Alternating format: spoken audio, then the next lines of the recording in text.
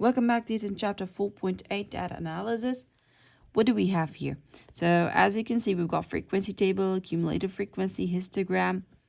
What are these? So here, as you can see from the exercises that we've got here, it says each student in a class recorded the sport he prefers. So the results are shown in the box. Make a tally table to organize a table. Which sport do the fewest students prefer? And then you say use your tally table to make a cumulative frequency table. I will just show you the way how we do it. Okay. So first step, we make a table. We draw a table. Okay. That table, for example, for the first one, I call it sports. Okay, the sports that we have. For the second part, I call it tally table or just tally. And for the third one, I'm going to call it let's say frequency.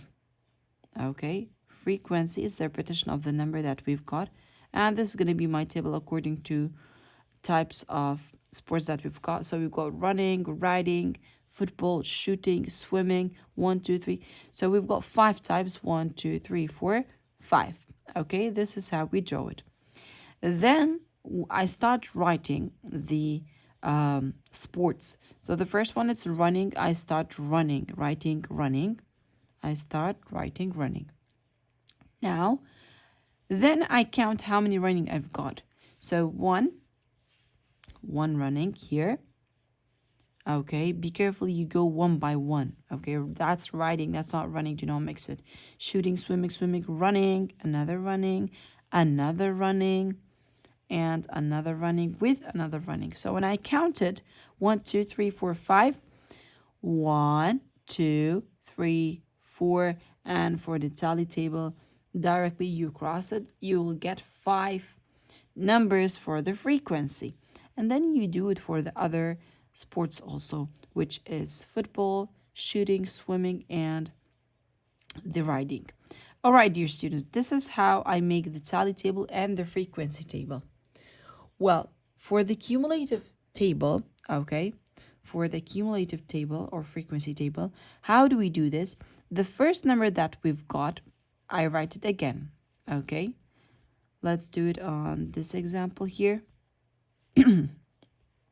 That's on page 170. Okay, the first number that we've got, which is 3, I rewrite it again. Please focus with me very well. Okay, then I ask, after 3, okay,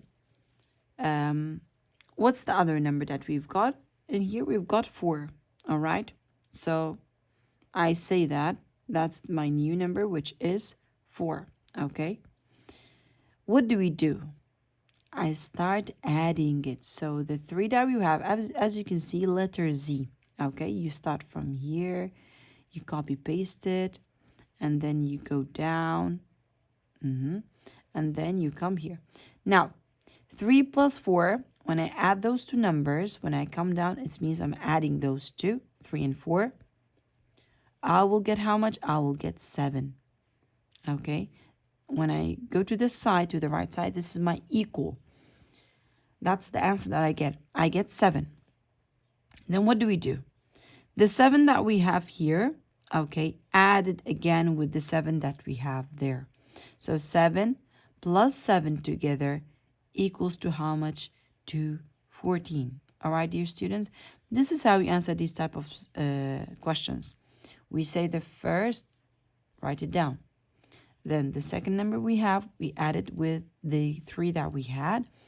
Added, I will get 7. Then 7 with the other 7, I will get 14. So it's a loop of Z's, okay?